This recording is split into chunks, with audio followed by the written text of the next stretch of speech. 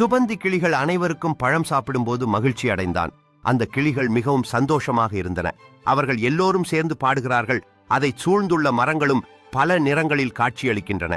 சுபந்தி சிரித்தபோது அவன் இதயத்தில் ஒரு மகிழ்ச்சி உணர்வு இருந்தது. இது எல்லோருக்கும் நல்லது என்று அவன் எண்ணினான். ஒரு நாள் சுபந்தி ஒரு பெரிய பழம் எடுத்தான். அவன் ரொம்ப சந்தோஷமா இருந்தான். அவன் சொன்னான், இந்த பழம் ரொம்ப ருசி, நான் சாப்பிட போறேன். அப்போ ஒரு கிளி பறந்து வந்தது.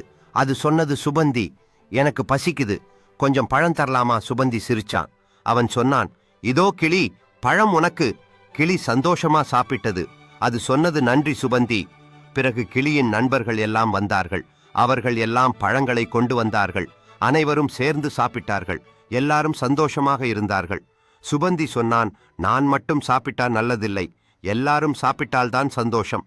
சூரியன் மறைந்து செல்லும்போது சுபந்தி கிளிகளை பார்க்கும்போது மகிழ்ச்சியானவன். நாங்கள் அனைவரும் ஒன்றாக இருக்க வேண்டும் என்று அவனுக்கு புரிகிறது.